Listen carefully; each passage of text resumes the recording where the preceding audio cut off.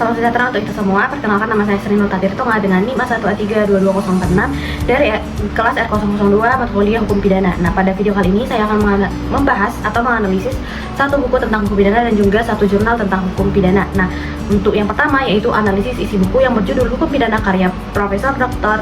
Andi Sofyan SHMH dan Dr. Haji Nur Azizah SHMH. Nah, secara garis besar fokus utama buku ini adalah pada bagian umum dari hukum pidana, yaitu pembahasannya dimulai dari kerangka, teori dasar, meliputi definisi, pembagian sumber hukum, hingga sejarah perkembangan hukum pidana, serta kaitannya dengan ilmu-ilmu pembantu seperti kriminologi. Nah, inti pembahasan buku ini berpusat pada dua pilar utama, yaitu asas legalitas. Sebagai landasan utama adalah penentuan tindak pidana dan prinsip berlakunya hukum pidana menurut waktu, ataupun asas non-retroaktif dan tempat atau termasuk teori locus delicti. Selanjutnya, buku ini mengupas tuntas mengenai konsep tindak pidana, menguraikan secara rinci unsur-unsur yang harus dipenuhi agar suatu perbuatan dapat dipidana. Unsur-unsur yang ditekankan meliputi dimensi perbuatan, sifat melawan hukum, baik formil maupun material, dan aspek kausalitas atau hubungan sebab akibat tidak kalah penting.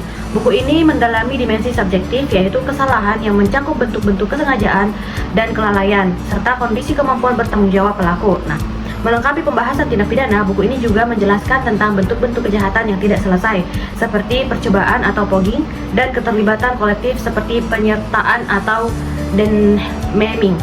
Akhirnya, buku ini ditutup dengan pembahasan mengenai sistem pemidanaan yang mencakup jenis-jenis pidana pokok dan tambahan. Berbagai teori tentang tujuan pemidanaan, misalnya teori retributif dan tujuan, serta mekanisme penjatuhan pidana dalam kondisi khusus seperti perbarengan dan pengulangan. Pembahasan ini diakhiri dengan pemaparan tentang berbagai alasan penghapusan, pengurangan, dan penambahan pidana dan gugurnya hak menuntut. Dengan cakupannya yang menyeluruh ini, buku hukum pidana berfungsi sebagai fondasi esensial yang membekali mahasiswa dengan doktrin dan kerangka berpikir yuridis yang solid untuk menganalisis setiap kasus pidana.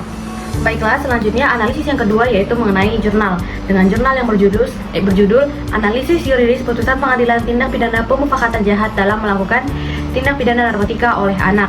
Nah, jurnal ini menyajikan analisis yuridis terhadap putusan pengadilan dan kasus tindak pidana pemufakatan jahat dalam peredaran narkotika yang melibatkan anak. Fokus utamanya adalah pada putusan Pengadilan Negeri Payakumbuh nomor 1/PID.SUS Anak /2021/PN Payakumbuh yang menjatuhkan hukuman 2 tahun penjara kepada terdakwa anak yaitu Fajar Bumi Putra.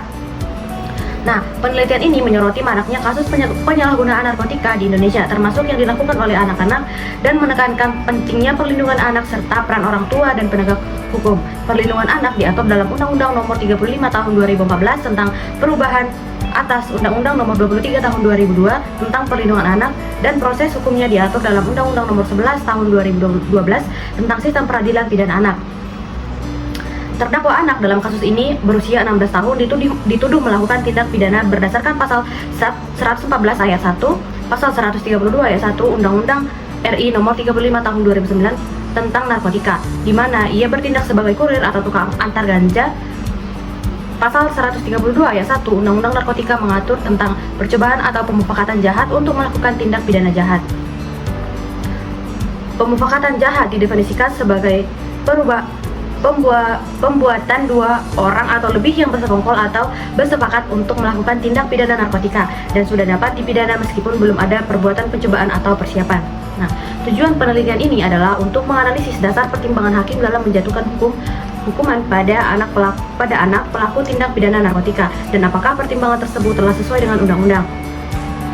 Yang pertama ada analisis pertimbangan hakim. Jurnal menganalisis pertimbangan hakim yang terbagi menjadi 2, yaitu yuridis dan non-yuridis. Nah, pertimbangan yang pertama yaitu pertimbangan yuridis.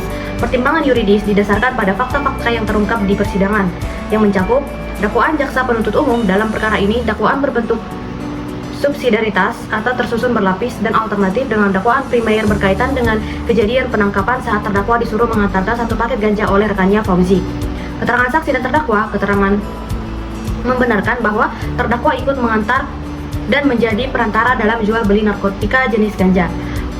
Barang bukti termasuk 1 paket kecil ganja gram hingga 44,35 gram, 1 batang pohon ganja, dan 1 unit sepeda motor. Pasal yang dikenakan yaitu pasal 114 ayat 1, pasal 132 ayat 1 Undang-Undang RI nomor 35 tahun 2009 tentang narkotika, dan juga Undang-Undang RI nomor 11 tahun 2012 tentang sistem peradilan pidana pada anak. Nah, yang kedua yaitu pertimbangan non-yuridis. Pertimbangan non-yuridis berkaitan dengan keadaan yang memberatkan dan meringankan terdakwa. Memberatkan yaitu perbuatan terdakwa tidak mendukung program pemerintah dalam pemberantasan narkotika dan meresahkan masyarakat. Yang meringankan yaitu terdakwa belum pernah dihukum, bersikap sopan, berterus terang, menyesali perbuatannya, dan berjanji tidak mengulanginya serta masih berusia muda. Nah, adapun kesimpulannya yaitu penulis jurnal berpendapat bahwa hakim belum mempertimbangkan sepenuhnya hal-hal yang meringankan terdakwa, terutama mengenai kondisi fisik anak, yaitu diderita benjolan di dada yang berencana dioperasi. Selanjutnya lebih lanjut, penulis menyimpulkan bahwa unsur-unsur menjadi perantara dalam jual beli tidak terpenuhi secara sah dan meyakinkan karena anak tidak mendapatkan keuntungan atau jasa atas tindakannya. Anak tersebut hanya ikut dibawa dan disuruh memegang ganja. Karena itu, penulis menyarankan bahwa pasal yang lebih tepat diterapkan adalah pasal 111 ayat 1 huruf A, pasal 132 ayat 1 Undang-Undang RI nomor 35 tahun 2009 tentang narkotika, Undang-Undang RI nomor 11 tahun 2012 tentang sistem peradilan pidana anak yang mengatur kepemilikan narkotika golongan 1 dalam bentuk tanaman. Secara keseluruhan, jurnal merekomendasikan perlunya upaya pencegahan kejahatan narkotika, perlindungan nilai-nilai anak, dan perlunya hakim untuk mempertimbangkan kondisi fisik anak saat membuat putusan untuk mencapai rasa keadilan yang optimal dan sesuai dengan tujuan pemidanaan. Baiklah, sekian analisis satu buku dan satu jurnal mengenai hukum pidana. Kurang dan lebihnya saya ucapkan mohon maaf dan juga terima kasih.